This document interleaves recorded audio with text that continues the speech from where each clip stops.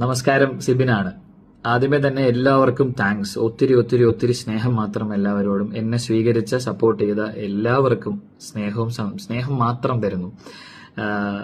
ഒരിക്കലും പ്രതീക്ഷിച്ചിട്ടില്ല കേട്ടോ, ഇങ്ങനൊരു ആക്സെപ്റ്റൻസ് എനിക്ക് പുറത്തുണ്ടാകുമെന്ന് ഞാൻ ഒരിക്കലും പ്രതീക്ഷിച്ചിട്ടില്ല. ഇത്രയും സീസണുകൾ കണ്ടിട്ടും എനിക്കറിയില്ല ഇങ്ങനെ ഒരു സ്വീകരണം എനിക്ക് പുറത്ത് കിട്ടുമെന്ന്. So thank you so much. എന്നെ സ്വീകരിച്ച എല്ലാ അമ്മമാർക്കും, പെങ്ങന്മാർക്കും, കൂട്ടുകാർക്കും, കൂട്ടുകാരികൾക്കും, ചേട്ടന്മാർക്കും ഒക്കെ, അളിയന്മാർക്കും ഒക്കെ ഒത്തിരി ഒത്തിരി ഒത്തിരി സന്തോഷം. I love you all.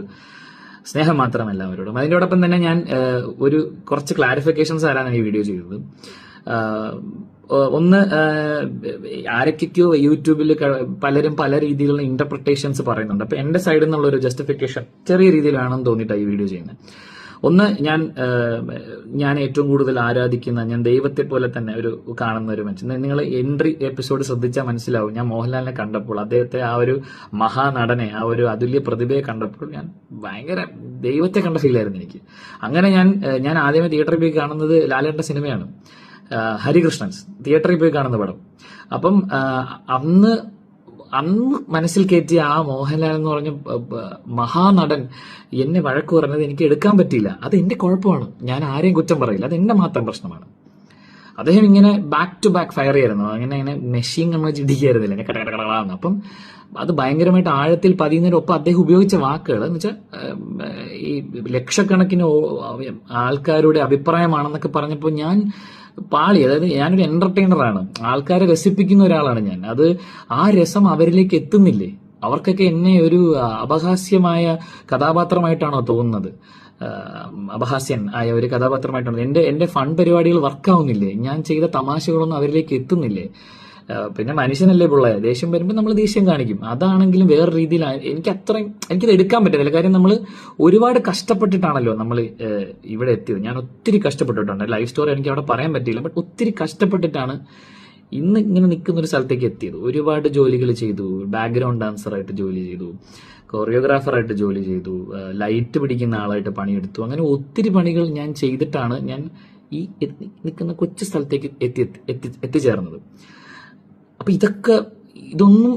ഇതൊന്നും വർക്കാവുന്നില്ലേ, ഇതൊന്നും ശരിയാവുന്നില്ല എന്നുള്ള ഒരു തോന്നൽ എന്നെ അലറ്റി. അങ്ങനെ വരാൻ പാടില്ല. അങ്ങനെ ഇമോഷണലി ഞാൻ തകർന്നു. ഞാൻ സമ്മതിക്കുന്നു, അതെന്റെ കുറവാണ്.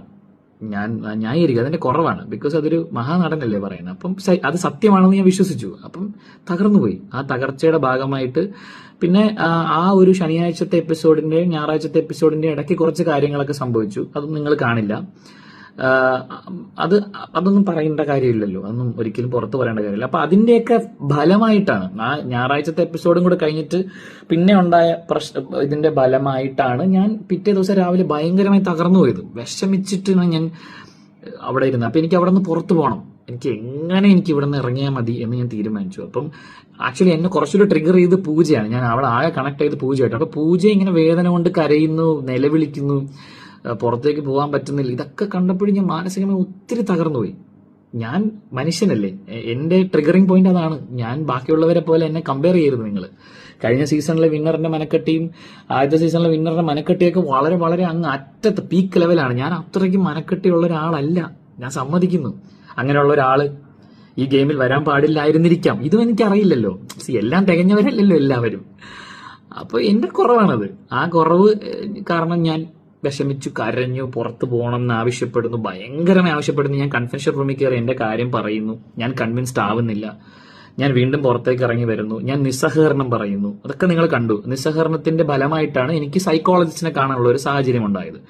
അദ്ദേഹത്തോട് ഞാൻ ആവശ്യപ്പെട്ടത്, എനിക്ക് ഈ ഷോയിൽ ഞാൻ ചെയ്യുന്ന കാര്യങ്ങൾ കൃത്യമായി പുറത്തേക്ക് വരുന്നില്ല എന്നുള്ള ഒരു ധാരണ എനിക്കുള്ളത് കൊണ്ട്, എന്റെ ധാരണയാണ് കേട്ടോ, എനിക്കറിയില്ല, ധാരണയുള്ളത് കൊണ്ട് ഞാൻ കമ്മ്യൂണിക്കേറ്റ് ചെയ്യാൻ ശ്രമിക്കുന്ന പല കാര്യങ്ങളും വേറെ രീതിയിൽ എത്തുന്നു, വേറെ രീതിയിൽ ഇന്റർപ്രറ്റ് ചെയ്യപ്പെടുന്നു എന്നുള്ള സങ്കടം കാരണം എനിക്ക് ഇനി ഷോയിൽ തുടരാനുള്ള മാനസിക നില ഇല്ല.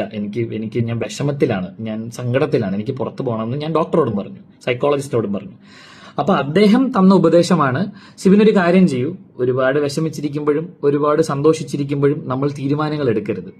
സിബിൻ ഒരു 24 മണിക്കൂർ അല്ലെങ്കിൽ കുറച്ചു നേരം, 24 മണിക്കൂർ എന്ന് അദ്ദേഹം എടുത്ത് പറഞ്ഞില്ല, കുറച്ചു നേരം ഒരു ബ്രേക്ക് എടുക്കും. എന്നുവെച്ചാൽ ബ്രേക്ക് എന്ന് പറഞ്ഞു കഴിഞ്ഞാൽ പോയിട്ട് വെളിയിൽ പോയി ചായ കുടിക്കാനൊന്നും അല്ല കേട്ടോ.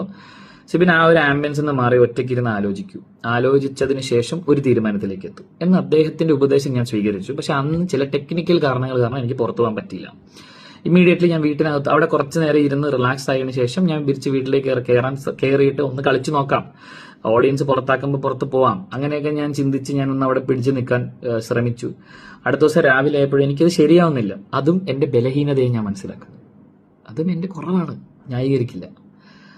അത്രയും പിടിച്ചിരിക്കാൻ പറ്റിയില്ല എനിക്ക്. ചിലപ്പോൾ അത് എന്താ, നിങ്ങൾ ബി ഹൗസ് മെറ്റീരിയൽ അല്ലായിരിക്കും, ഞാൻ ആണെന്ന് ഞാൻ പറയില്ലല്ലോ. അപ്പോൾ എനിക്ക് അടുത്ത ദിവസം പോകണം തോന്നി. ഞാനത് ബിഗ് ബോസിനെ അറിയിച്ചു. ബിഗ് ബോസ്, എനിക്കിങ്ങനെ പ്രശ്നങ്ങളുണ്ട്, എനിക്ക്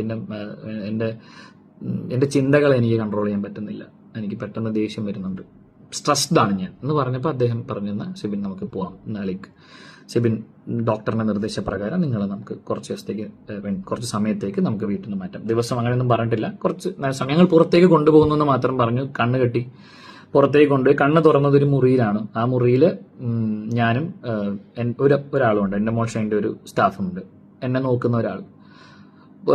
അവിടെ ഒരു TV ഉണ്ട്, ആ TV വർക്ക് ചെയ്യില്ല.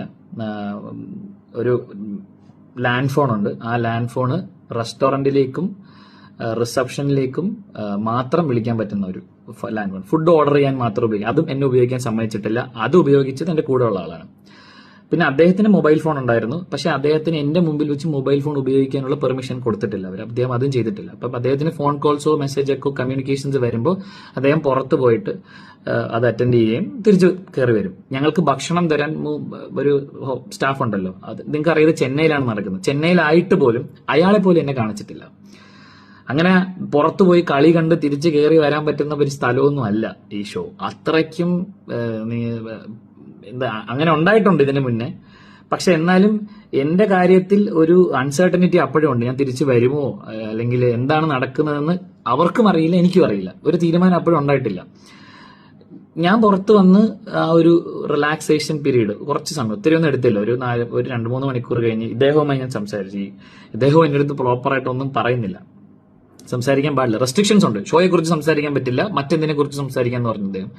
അപ്പൊ നമ്മൾ ചുമ്മാ സിനിമകളെ കുറിച്ച് സംസാരിച്ച് എന്റെ ഒരു ചിന്തയെ മറ്റൊരു ദിശയിലേക്ക് ഞാൻ വിട്ടു.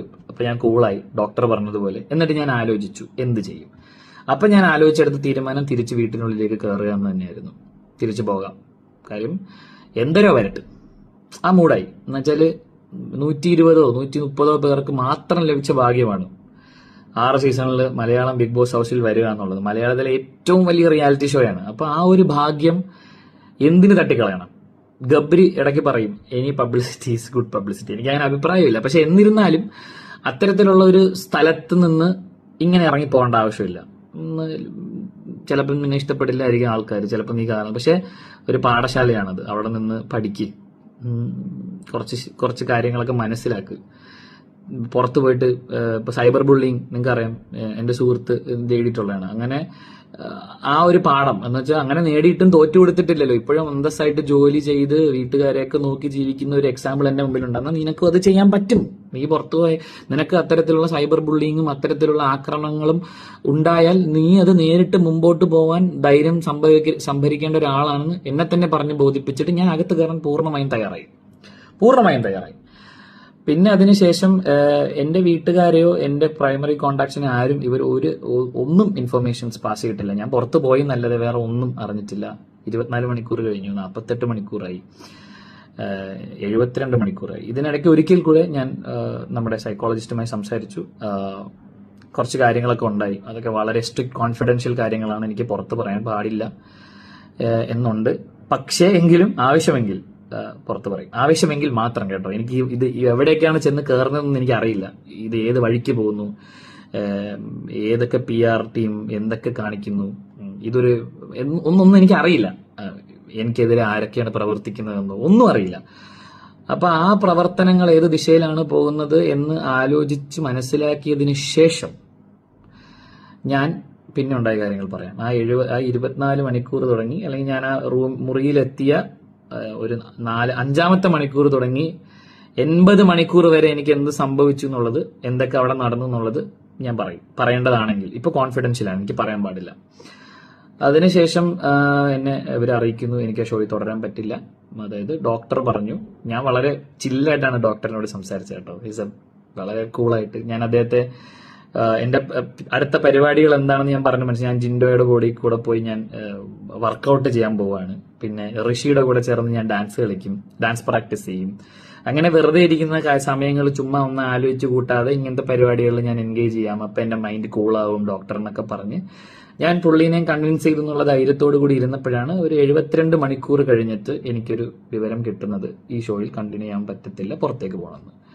ചാനൽ ഷോയുടെ അധികൃതർ തന്നെ എന്നത് അറിയിച്ചു. അപ്പൊ തന്നെ ഞാൻ അവരെ കൺവിൻസ് ചെയ്യാൻ ശ്രമിച്ചിട്ടില്ല. ആ മൊമെന്റിൽ എനിക്ക് തുടരാൻ പറ്റില്ല എങ്കിൽ ഞാൻ പറഞ്ഞ എന്റെ പ്ലാനുകളൊക്കെ ഇതായിരുന്നു. ഇല്ല സെബിൻ, അത് ഡോക്ടർ പറഞ്ഞു സെബിന് തുടരാൻ പറ്റില്ല എന്ന്. ആ തീരുമാനം കൊണ്ടാണ് ഞാൻ പുറത്തേക്ക് വന്നത്. അപ്പൊ ഇതാണ് ഉണ്ടായത്. ബിഗ് ബോസ് തുടങ്ങിയ കാലം മുതലേ ഉള്ളതാണ് ആൾക്കാർ കൊളാപ്സ് ആവുക മെന്റലി. അപ്പോൾ നമ്മൾ ടാസ്ക് ചെയ്യുമ്പോൾ മുറിവ് പറ്റുമ്പോൾ എന്ത് ചെയ്യും? മെഡിക്കൽ റൂമിൽ കൊണ്ടുപോകും, ട്രീറ്റ്മെന്റ് ചെയ്യും. ഒത്തിരി പരിക്കുകൾ ഉണ്ടെങ്കിൽ ഹോസ്പിറ്റലിൽ കൊണ്ടുപോകും, ട്രീറ്റ് ചെയ്യും, തിരിച്ചു കൊണ്ടുവരും. 1 2 ഇപ്പം റസ്മിൻ 3 ദിവസം ആശുപത്രിയിൽ അഡ്മിറ്റ് ആയിട്ടല്ലേ തിരിച്ചു വന്നത്. റസ്മിൻ കളി പഠിച്ചിട്ടാണോ അത് കയറിയത്? TV കാണാൻ അങ്ങനെയൊന്നും പറ്റില്ലെന്നേ.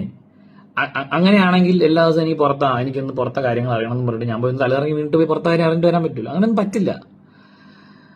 അപ്പോൾ ഞാൻ ന്യായീകരിക്കുന്നില്ല നടന്ന കാര്യങ്ങളൊന്നും. ഞാൻ കരഞ്ഞു, ഞാൻ വിഷമിച്ചു, സങ്കടം വന്നു, പുറത്തു പോകണമെന്ന് ഇമോഷണൽ മോഡിൽ ഞാൻ പറഞ്ഞു.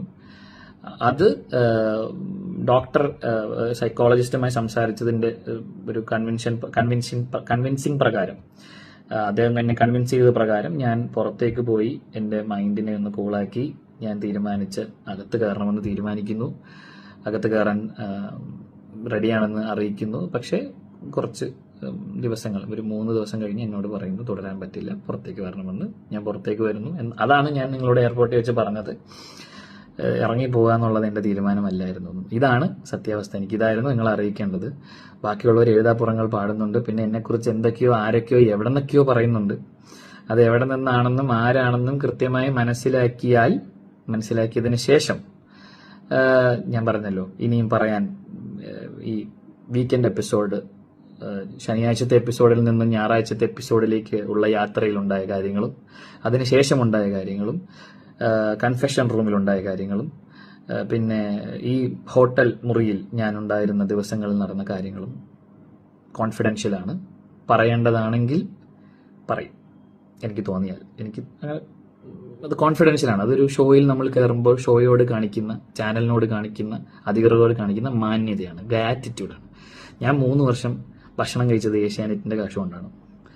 ആ ചാനലിനെ ഞാൻ അവർക്ക് കൊടുത്തൊരു ഉറപ്പുണ്ട്, ഒരു കോൺഫിഡൻഷ്യാലിറ്റി, ഒരു കോൺട്രാക്ട് ഉണ്ട്, ഞാൻ ചെയ്യില്ല. അത് ആരെയും പേടിച്ചിട്ടല്ല കേട്ടോ, ചാനലിനെ പേടിച്ചിട്ടൊന്നുമല്ല. എന്ന് വെച്ചാൽ ഇറ്റ്സ് ഗ്രാറ്റിറ്റ്യൂഡ്, നന്ദി, അരി മേടിച്ച് തിന്നതിന്റെ നന്ദി. അപ്പൊ ഇതെനിക്ക് നിങ്ങളെ അറിയിക്കണം തോന്നി. അതിനു വേണ്ടിയിട്ട് ഞാൻ എന്റെ തന്നെ ഇൻസ്റ്റാഗ്രാമിൽ ഞാൻ ഇട്ട വീഡിയോ ആണ്. ഞാനൊരു ചാനലിനും ഇത് കൊടുത്തില്ല, അങ്ങനെ ചെയ്യാൻ പാടില്ല. അതുകൊണ്ട് എനിക്ക് നിങ്ങളോട് സംസാരിക്കണം. നിങ്ങൾ തന്ന സപ്പോർട്ടിനും, ചേട്ടൻ പോകണ്ടായിരുന്നു, സിബിൻ മോൻ ഇറങ്ങണ്ടായിരുന്നു എന്നൊക്കെ എയർപോർട്ടിൽ നിന്ന് എന്നോട് ഒരു പരിപാടി പറഞ്ഞു, ചെന്നൈ എയർപോർട്ട്. എന്തിനാ ഇറങ്ങി വന്നത്, കളിക്കണ്ടായിരുന്നു, ഞങ്ങൾക്ക് കൂടെയില്ലേ എന്ന് എനിക്ക് വോട്ട് ചെയ്തിട്ട് ആ വോട്ട് പാഴായി പോയി എന്ന് പറഞ്ഞ് എന്നോട് സ്നേഹം കാണിക്കുന്ന ഒത്തിരി പേരുണ്ട്. അവരോടൊക്കെ ഉള്ള എന്റെ മറുപടിയാണിത്. നിങ്ങൾ ആരെയും നിരാശപ്പെടുത്തി മനഃപൂർവ്വം ഇറങ്ങി വന്നതല്ല, സംഭവിച്ചു പോയതാണ്. ഇതൊക്കെയാണ് കാരണങ്ങൾ. പിന്നെ ഒരു കാര്യം കൂടെ ഞാൻ നിങ്ങളോട് പറയാം. ഈ റോസ്റ്റിങ്ങും ഇൻസൾട്ടിങ്ങും ഒരു നേരിയ വരയാണ്, ചെറിയൊരു തിൻ ബോർഡറാണ്. ഒരാളെ റോസ്റ്റ് ചെയ്യുകയും ഒരാളെ ഇൻസൾട്ട് ചെയ്യുകയും. ഞാൻ നേരത്തെ പറഞ്ഞ പോലെ കഷ്ടപ്പെട്ട് കയറി വന്ന ഒരാളെ റോസ്റ്റ് ചെയ്തതാണോ ഇൻസൾട്ട് ചെയ്തതാണോ എന്ന് തിരിച്ചറിയാൻ എനിക്ക് പറ്റിയില്ല. നേരിയ വരയാണ് റോസ്റ്റിങ്ങും ഇൻസൾട്ടിങ്ങും. അപ്പോൾ എല്ലാവരോടും സ്നേഹം മാത്രം. നമ്മൾ ഇനിയും കാണും, എവിടെയെങ്കിലും എന്തെങ്കിലുമൊക്കെ ഞാൻ ചെയ്യും. അപ്പോൾ എപ്പോഴത്തെയും പോലെ entertainment. I love you all. സ്നേഹം മാത്രം.